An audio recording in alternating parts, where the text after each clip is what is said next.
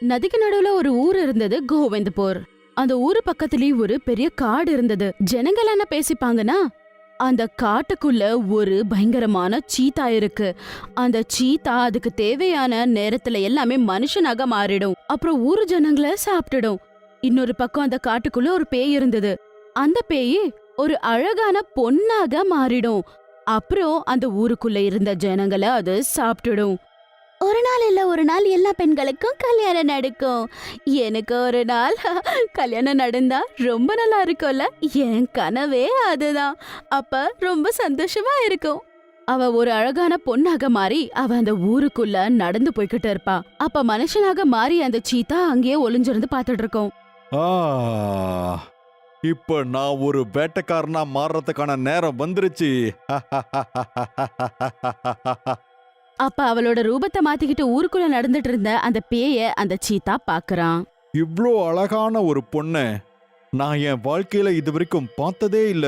ஆ மனுஷனாக மாறி அந்த சீத்தா பேய்கிட்டு போறாரு.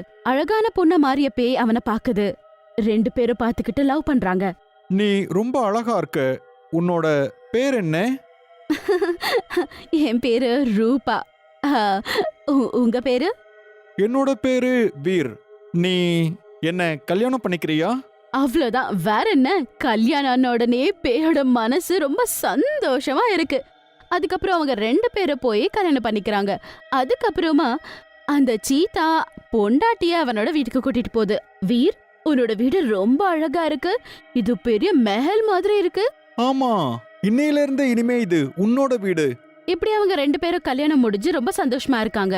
ஒரு நாள் அவ எந்திரிச்சு பாக்குறா, அவன் பக்கத்துல வீர் இருக்க மாட்டா. அது பார்த்து ஷாக் ஆகுறா. வீர், நீ இங்க தானே என் பக்கத்துல இருந்த, நடுராத்திரில எங்க போயிட்ட? சரி பார்க்கலாம். சுடேல் வீடு முழுவதும் பேய்க்காக தேட ஆரம்பிக்குது. அப்ப பேய்க்கு ஏதோ சத்தம் கேக்குது. அவ அந்த சத்தம் வந்த பக்கம் நடந்து போறா. அவங்க நடந்த அந்த விஷயத்த பார்த்து அவர் ரொம்பவே ஷாக் ஆயிடுறான். ஏன்னா அவளோட கணவர் பாதி மனுஷனாகவோ பாதி மிருகமாகவோ இருப்பாரு. அதை பார்த்து அது ஷாக் ஆயிடுது. இதெல்லாம் என்ன? வீர் அப்ப என்ன ஏமாத்திருக்காரா? இவரு சாதாரணமான மனுஷனே கிடையாது. ச்சே, என்ன பண்றது? ஒருவேளை இது தெரிஞ்சது எனக்குன்னா என்ன கூட சாப்பிட்டுருவாரு. ஐயோ, என்ன பண்றது? எதுவும் புரியலையே. அந்த பேய்க்கு அந்த நேரத்துல எதுவுமே புரியல. அதுக்கப்புறம் அவ அங்கிருந்து போய் தூங்கிடுறா. மறுநாள் காலையில ஆன உடனே அவ கேக்குறா, வீர், நீ என்ன நிஜமாலே அவ்வளவு நேசிக்கிறதா இருந்தா நீ எதுக்காக என்கிட்ட உண்மைய சொல்லல?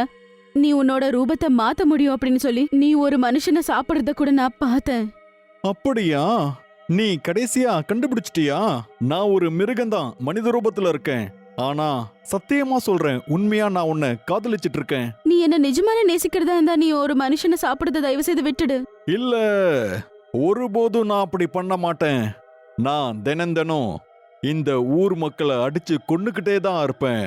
நீ அப்படி பண்ண நான் கண்டிப்பா விட மாட்டேன். நான் அந்த ஊர்க்காரங்களை கண்டிப்பா காப்பாத்துவேன். இல்ல, அத பத்தி உனக்கு ஒன்னும் தெரியாது.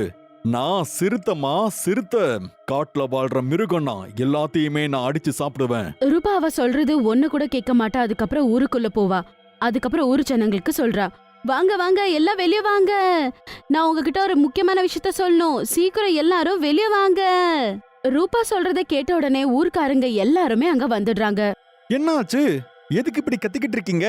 அப்படி என்ன முக்கியமான விஷயம் சொல்லுமா? விஷயம் என்னன்னா, காட்டுக்குள்ள ஒரு சீத்தா இருக்கு.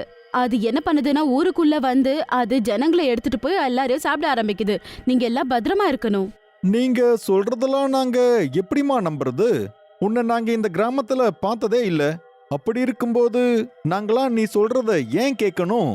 ஆமா, நான் உண்மையதான் சொல்றேன். தயவு செய்து நான் சொல்றத எல்லாரும் கேளுங்க. அதுக்குள்ள அந்த சீத்தா அந்த வீட்டுக்குள்ள நடந்து வந்துருது. அத பார்த்த உடனே எல்லாருமே ரொம்பவே ஷாக் ஆயிடுறாங்க. அவங்க போய் அவங்க வீட்டுல ஒளிஞ்சுக்கிறாங்க. அந்த பொண்ணு உண்மையதான் சொல்லிருக்கு. நிஜமாலே சீத்தா வந்துடுச்சு. நான் உங்க யாரையும் சும்மா விட மாட்டேன். உங்க எல்லாரையும் நான் சாப்பிட்டே தீருவேன்.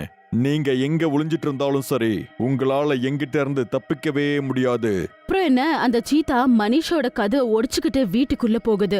அதுக்கப்புறமா மனிஷ கால் புடிச்சு இழுத்துட்டு வருது. காப்பாத்துங்க, காப்பாத்துங்க, யாராவது என்ன காப்பாத்துங்க.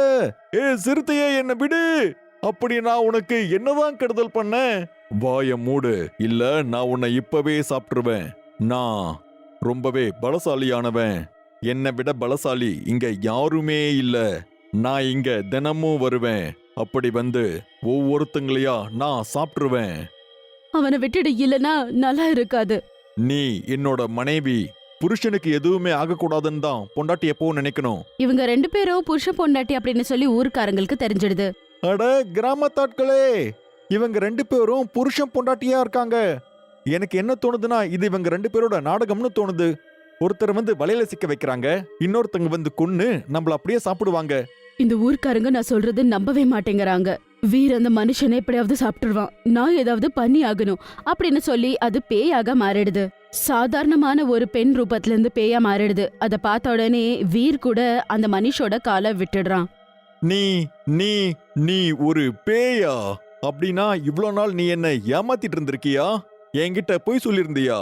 உன்னோட உண்மையான ரூபத்துக்கு பின்னாடி இத்தனை ரூபம் ஒளிஞ்சிட்டு இருக்குன்னு எனக்கு தெரியாது.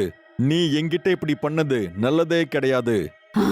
ஆமா, நான் பேய்தான். உன்னை விட எனக்கு இந்த ஊருக்காரங்க தான் முக்கியம். நீ யாரையோ சாகடிக்க நான் உன்னை விட மாட்டேன். என்னோட வாயில மனுஷங்களோட ரத்தம் ஒட்டிக்கிட்டு இருக்கு.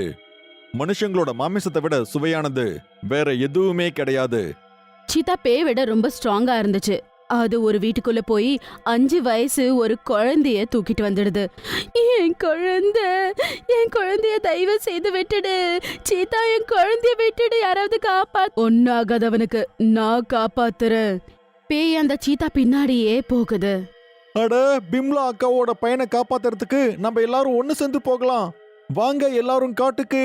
சீதா பின்னாடி பேய் பின்னாடி ஊருக்காரங்க எல்லாரும் போனாங்க. அந்த பேய் காடு முழுவதும் சீதாக்காக தேடுது. ஆனா அந்த சீதா எங்குமே இல்ல. அப்புறம் அது டயர்டாயி ஒரு மரத்து கீழே உட்கார்ந்துடுது. நடக்கிறது எல்லாமே ரொம்ப தப்பா நடக்குது. வீர்னா உன்னை ரொம்ப நேசிக்கிறேன்.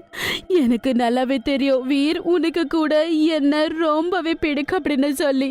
என்ன பண்றதுன்னே புரியல. ஒரு பக்கம் ஊருக்காரங்க, இன்னொரு பக்கம் வீர். அப்ப பேய்கிட்ட ஒரு வயசான ஆள் வராரு. அதுக்கப்புறம் இப்படின்னு சொல்றாரு, என்ன நீ பொண்ணுன்னு கூப்பிட்டியா? நான் யாரோட பொண்ணும் கிடையாது, நான் ஒரு பேய். நான் கிராமத்துல ஏற்கனவே பார்த்திருந்தேன். இங்க எல்லாரோட நல்லதுக்காக நீ உன்னோட புருஷனுக்கு எதிராவே நின்னு இருக்க. நீ எங்க எல்லாரோட நல்லதுக்காகவும் தான் யோசிச்சிருக்க. நீ கெட்டவ கிடையாது. நீங்க அன்னைக்கு வந்து எங்க கிட்ட அவ்வளோ சொன்னீங்க. நாங்க அதை நம்பாததுனால தான் இன்னைக்கு பிரச்சனையில மாட்டிக்கிட்டோம். அந்த சிறுத்தை வந்து எங்க கிராமத்துல இருக்கிற எல்லா குழந்தைகளையுமே தூக்கிட்டு போயிருச்சு. நீங்க ஒரு பேயா இருந்தாலும் நீங்க எங்களுக்காக எவ்வளோ நல்லது பண்ணிக்கிட்டு இருக்கீங்க. இப்போ உங்களால மட்டும்தான் அந்த குழந்தைகளை காப்பாற்ற முடியும். என் குழந்தைய காப்பாத்து. குழந்தைய தவிர எனக்கு யாரும் இல்ல. நான் குழந்தைக்காக தான் வாழ்ந்துகிட்டு இருக்கேன். என் குழந்தை எனக்கு வேணும். நான் என்ன ஆனாலும் உன் குழந்தைய கண்டிப்பா காப்பாத்துறேன் அப்படின்னு சொல்லி அந்த பேய் கத்த ஆரம்பிக்குது. காடு முழுவதும் அவளோட சத்தம் கேக்குது. வீர், வெளிய வா. எங்க போய் ஒளிஞ்சிருக்க? நீ தைரியசாலியா இருந்தா வந்து என் முன்னாடி நில்லு. சத்தம் கேட்ட உடனே அந்த சீதா பேய் முன்னாடி வந்து நிக்குது.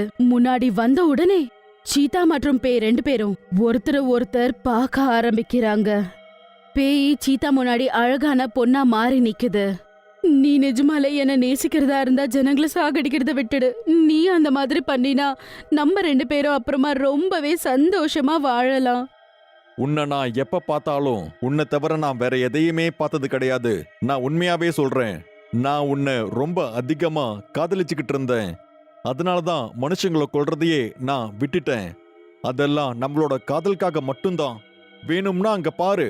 அப்புறம் அந்த குழந்தைய பார்த்து எல்லாருமே ரொம்ப சந்தோஷப்படுறாங்க.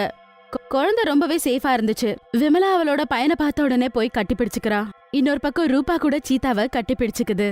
கட்டி பிடிச்ச உடனே சீதா கூட ஒரு மனுஷனாக மாறிடுறான். அதே நேரத்துல ஒரு ரிஷி அங்க வராரு. உங்க 2 பேருக்கும் கொடுத்திருந்த அந்த சாபம் இப்போ முக்தி அடைஞ்சிருச்சு. உங்க 2 பேர் மேல இருக்கிற கோவத்தால நான் போன ஜென்மத்துல உங்க 2 பேருக்கும் நான் இந்த சாபத்தை கொடுத்திருந்தேன். நீ ஒரு பேயாவும் அவன் ஒரு சிறுத்தையாவும் மாறுவீங்கன்னு நான் சாபம் கொடுத்திருந்தேன்.